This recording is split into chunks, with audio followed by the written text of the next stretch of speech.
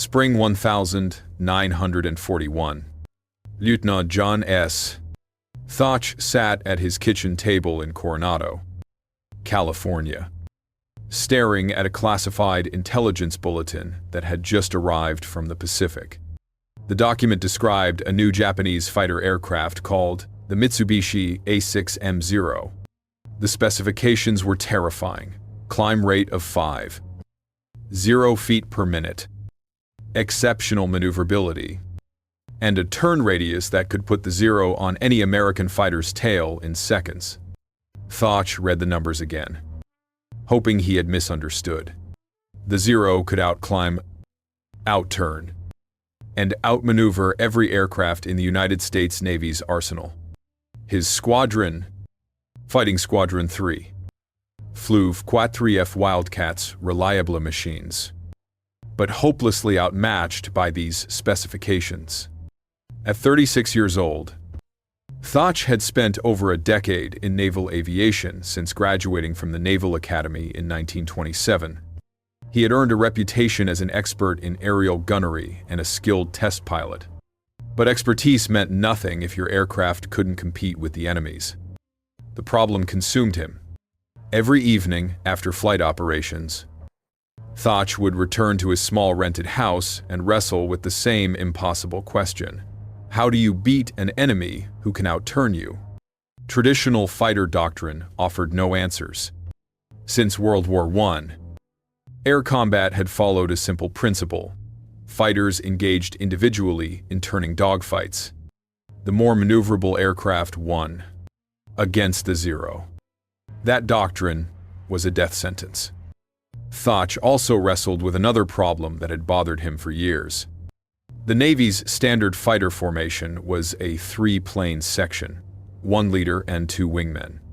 In rapid combat maneuvers, this formation fell apart. If the leader made a tight turn, the inside wingman risked colliding with the outside wingman. To fight effectively in a three-plane section, a pilot needed 3 sets of eyes, 1 watching the leader, 1 looking through the gun sight, and 1 monitoring the other wingman. It was unwieldy and dangerous. One night, Thoch's wife Madeline left a pack of wooden matchsticks on the kitchen table. Thoch picked up 2 matches absently. His mind still churning through tactical problems, he held them parallel, representing 2 aircraft flying in formation. Then something clicked. He moved the matches toward each other, crossing their paths, then crossing again in a weaving pattern. The matches never separated. They stayed close enough to support each other, yet far enough apart to maneuver independently. What if 2 Wildcats flew like this? If a Zero got on one Wildcat's tail, that Wildcat would turn toward his wingman. The wingman would turn toward him. They would cross paths, and the Zero chasing the first Wildcat would fly directly into the second Wildcat's guns. The Zero pilot would face an impossible choice: break off the attack or get shot down. It was radical. It violated every principle of fighter combat taught at Pensacola. Fighters were supposed to split up when combat started, not fly toward each other. But Thoch couldn't stop seeing those matchsticks weaving together. He spent the rest of the night working out the geometry, calculating speeds and distances, sketching diagrams on paper. The next morning, Thoch called a young ensign into his office. Edward Butch O'Hare was fresh from flight school but showed exceptional promise as a pilot. Thoch showed him the matchsticks and explained the concept. O'Hare studied the pattern for a long moment. Then he asked the only question that mattered: when do we test it? Thoch arranged a practice flight. He took up 3 Wildcats as defenders, while O'Hare led 4 Wildcats as attackers. To simulate the Zero's superior performance, Thoch had his defenders' throttles partially restricted, limiting their speed and power. O'Hare's attackers came in hard, trying every angle to get guns on Thoch's section. But every time O'Hare committed to an attack, Thoch and his wingmen executed the weave. They turned toward each other, crossed paths, and forced O'Hare to break off or face head-on fire. After 20 minutes of futile attacks, O'Hare landed and walked straight to Thoch. "Skipper, it really worked," O'Hare said, his voice charged with excitement. "I couldn't make any attack without seeing the nose of one of your airplanes pointed at me." Thoch called the maneuver beam defense position. His pilot started practicing it immediately. The morale boost was enormous. For the first time since the intelligence report on the Zero, Fighting Squadron 3 had a plan that might keep them alive. But the Navy brass remained skeptical. Fighter doctrine had been refined over decades. Two aircraft turning toward each other in combat seemed suicidal. Then December 7, 1942 changed everything. After Pearl Harbor, the Pacific Fleet scrambled to contest Japanese expansion across the Pacific. Fighting Squadron 3 deployed aboard USS Lexington, then later transferred to USS Yorktown.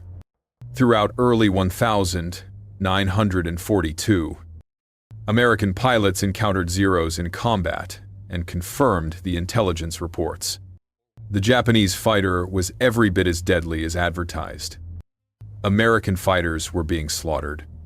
In May 1942, naval intelligence intercepted and decoded Japanese communications, revealing a massive operation planned for early June.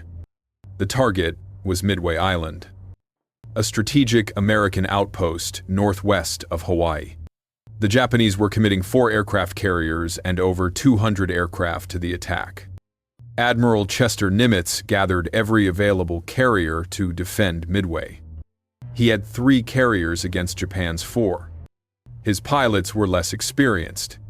His aircraft were outmatched. But intelligence had given him one advantage. He knew the Japanese were coming. Fighting Squadron 3 received orders to deploy aboard USS Yorktown. But the squadron Thoch had trained and led for 2 years had been scattered across the Pacific. Most of his experienced pilots had been transferred to other units. In their place, Thoch received new pilots, many straight from flight school. Among the new arrivals were Ensign Robert A. M. Ramdib, Ensign Edgar Red Dog Bassett, Machinist Tom Cheek, and Ensign Daniel Sheedy. Thoch had less than a week to teach them the beam defense maneuver before sailing for Midway. He worked with them constantly. Morning flights, afternoon practice, evening briefings. He showed them the matchsticks, drew diagrams, explained the geometry, turn toward your wingman, cross paths, force the enemy to choose between breaking off or getting shot. The pilots absorbed the training, but none of them had combat experience. Thoch couldn't shake the thought that he was leading children into a slaughter. On May 30, Yorktown sailed from Pearl Harbor. 4 days to Midway. 4 days to prepare for the most important battle of the Pacific War. June 4, 1942 began before dawn. The pilots absorbed the training, but none of them had combat experience. Thoch couldn't shake the thought that he was leading children into a slaughter. The pilots absorbed the training, but none of them had combat experience.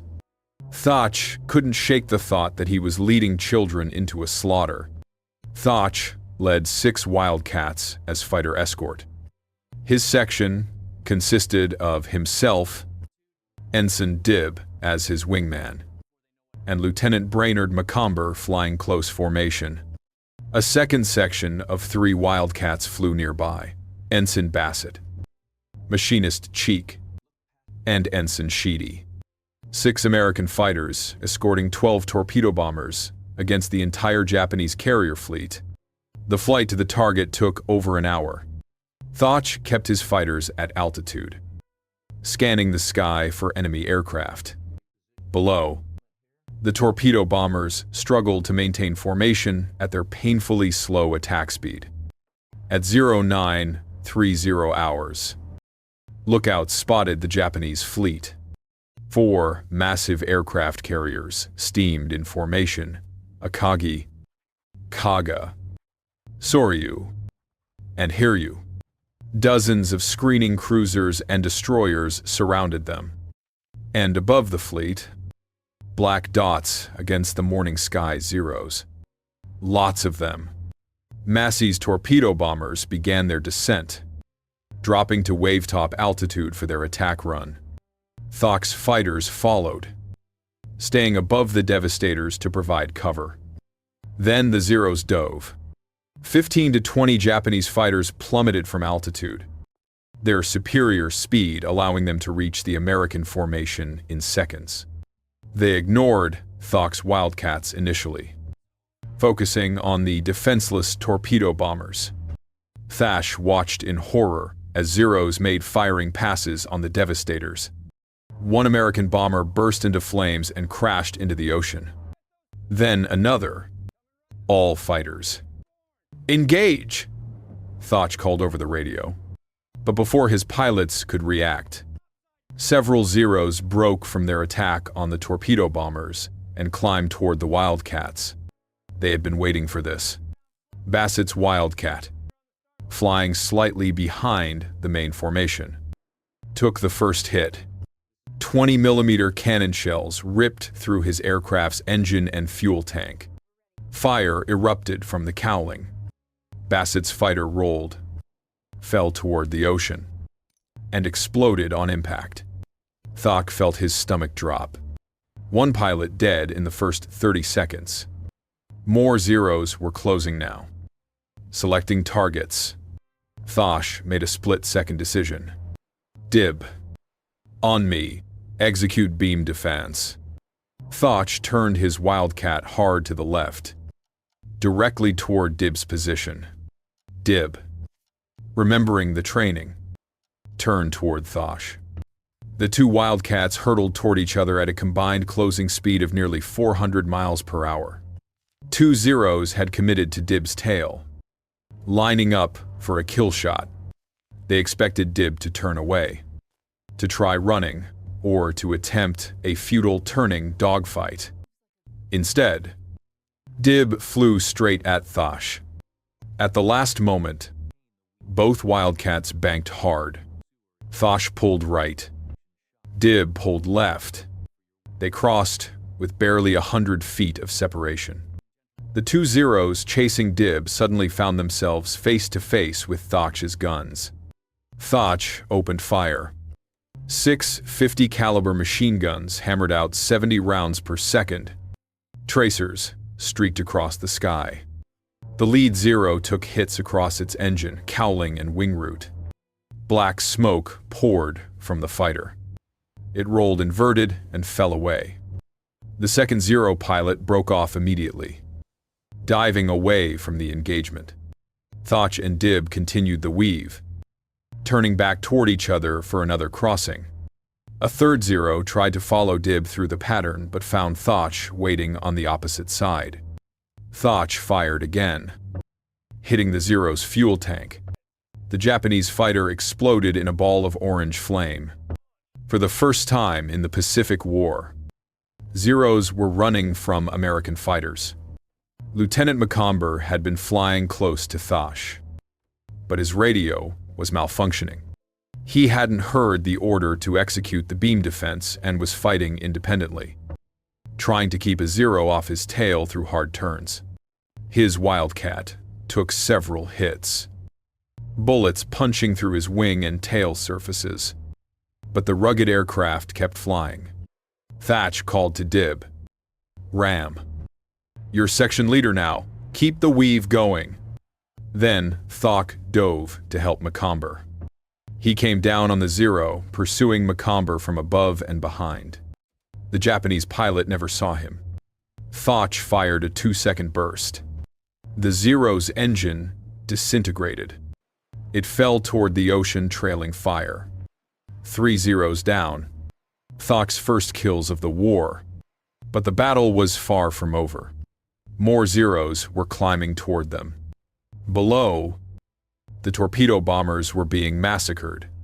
Of 12 devastators that began the attack, only 5 would survive to drop their torpedoes. None of those torpedoes found their targets. 10 American torpedo bomber crews died in the attack. Thock's Wildcats were fighting for their own survival now.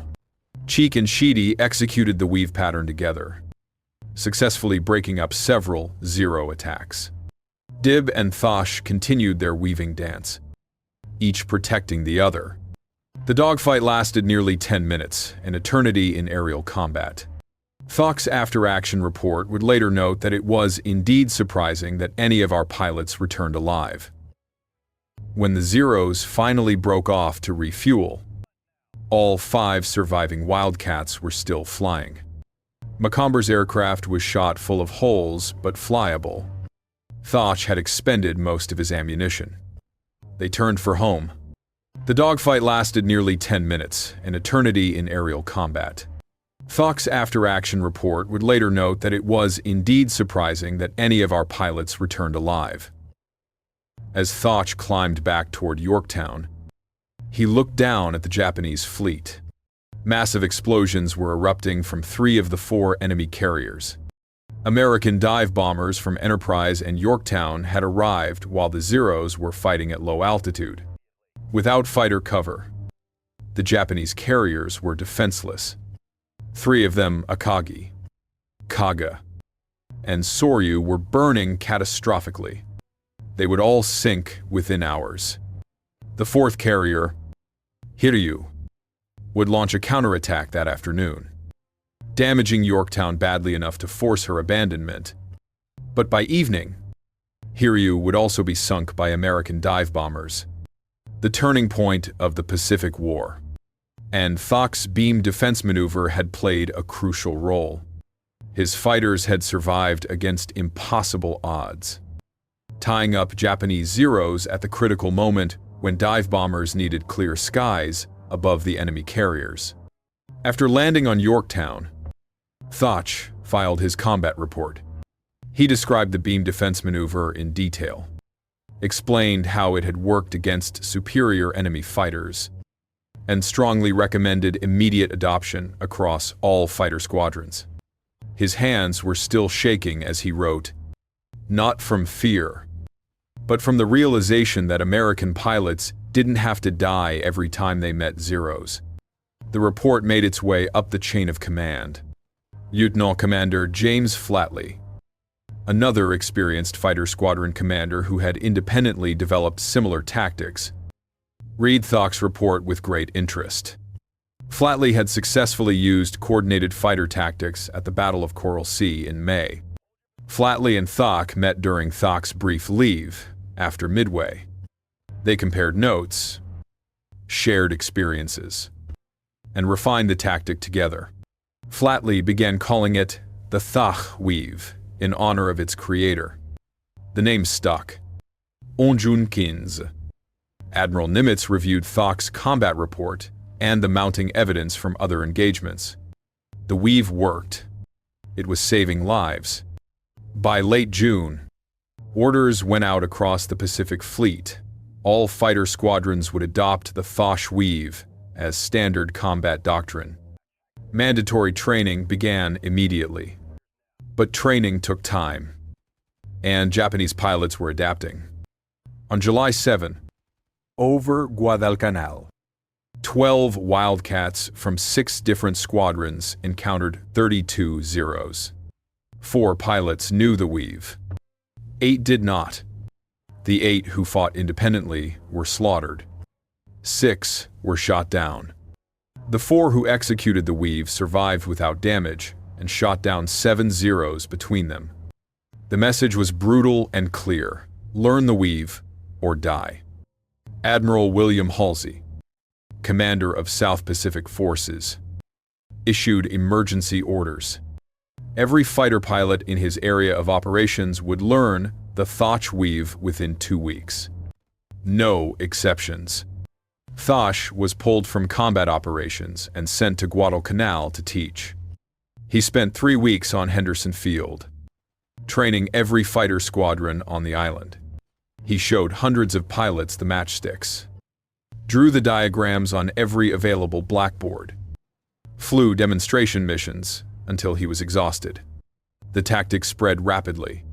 By August 1942, nearly 100 Wildcat pilots could execute the weave. By September, over 200. The Army Air Force adopted it for their P-38 Lightning and P-40 Warhawk fighters. Marine Corps squadrons made it mandatory training.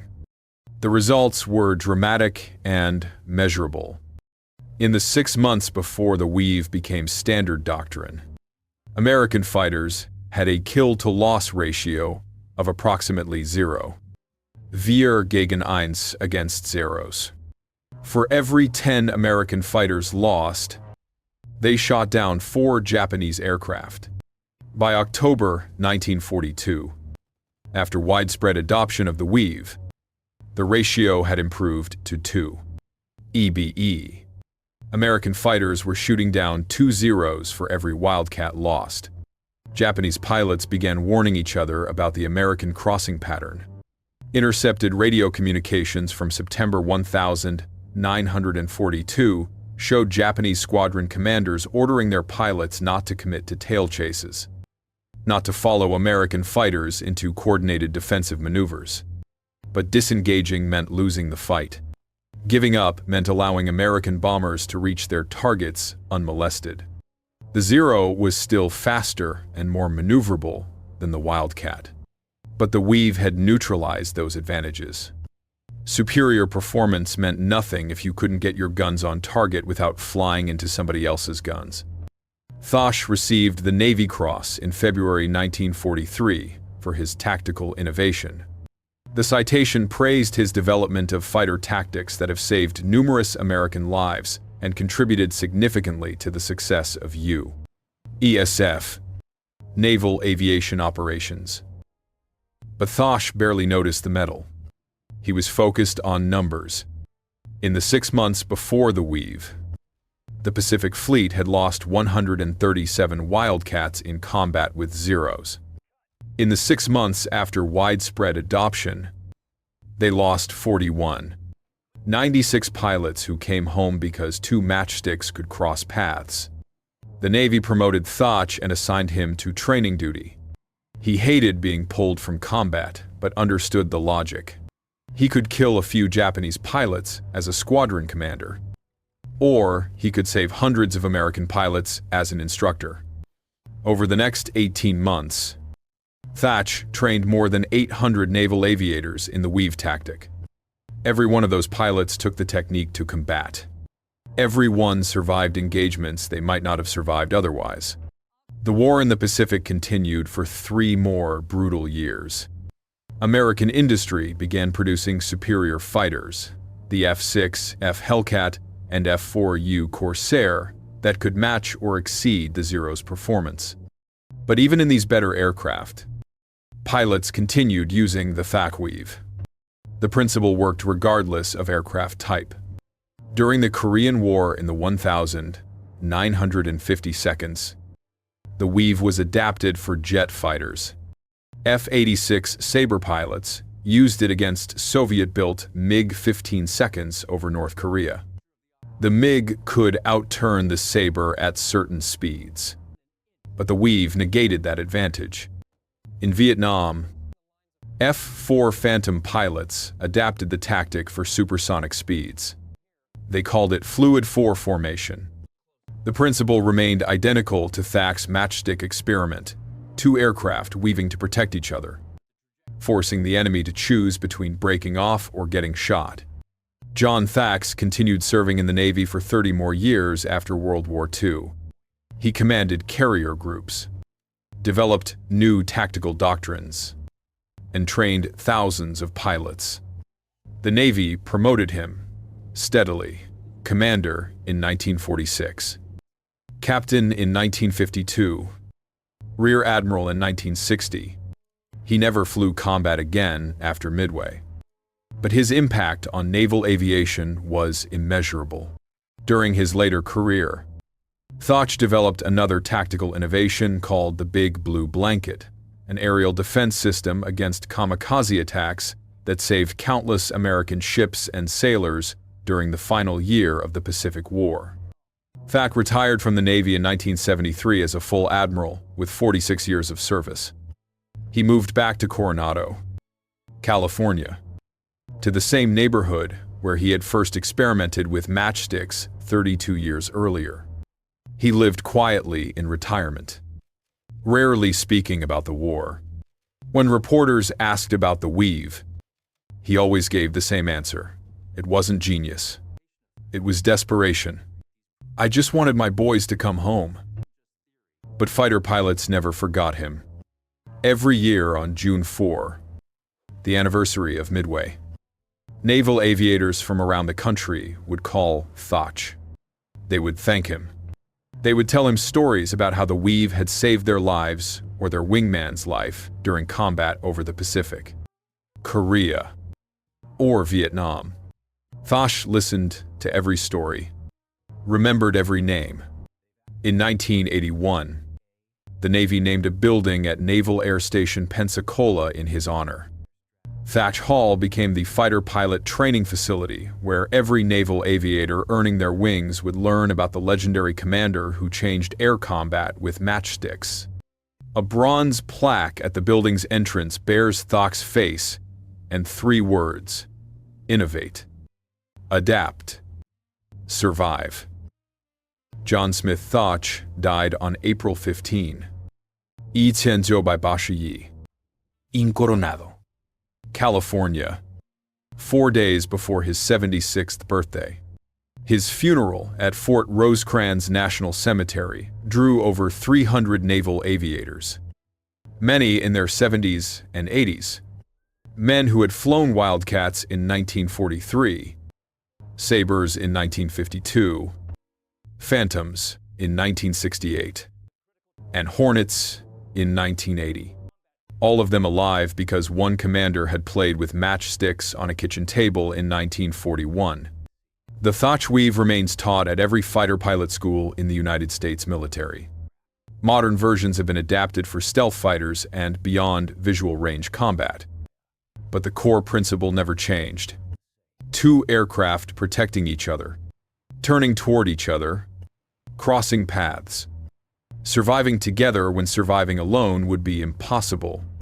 The National Naval Aviation Museum in Pensacola preserves Thach's original pack of matchsticks in a glass case. They sit next to a model of an F-4F Wildcat and a photograph of Thach in his flight suit, taken shortly before the Battle of Midway. The museum label reads, Lieutenant Commander John S.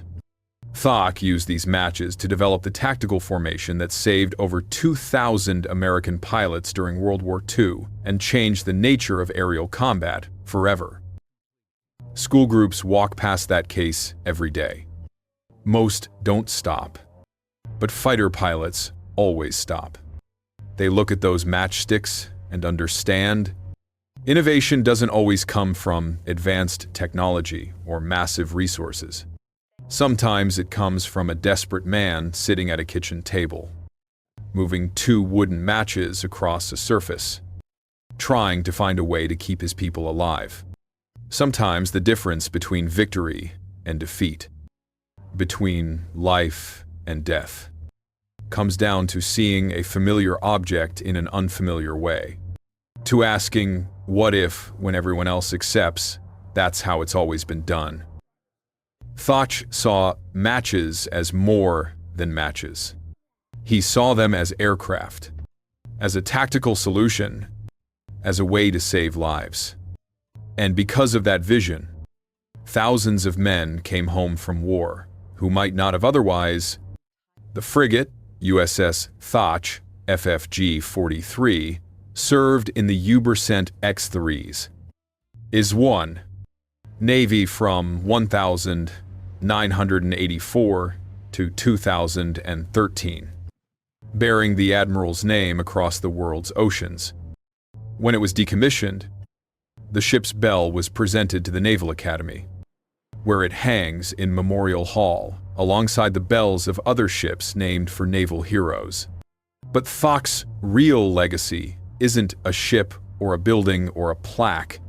His legacy is measured in lives, in pilots who survived impossible odds because they knew how to weave, in children who grew up with fathers because those fathers knew to turn toward their wingman instead of away, in grandchildren who exist because their grandfather remembered, in the chaos of combat, to cross paths with his partner, 2 matchsticks on a table in Coronado, 2 Wildcats over Midway, 2 aircraft turning toward each other instead of away.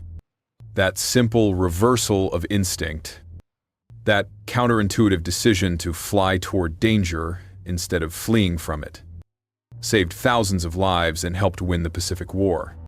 John Thach understood something fundamental about survival. You can't always outrun your problems. You can't always overpower them. Sometimes you survive by working together, by protecting each other, by trusting that when you turn toward your wingman will turn toward you. That lesson extends far beyond aerial combat. In any field, any challenge, any desperate situation, the Thach weave offers a timeless principle.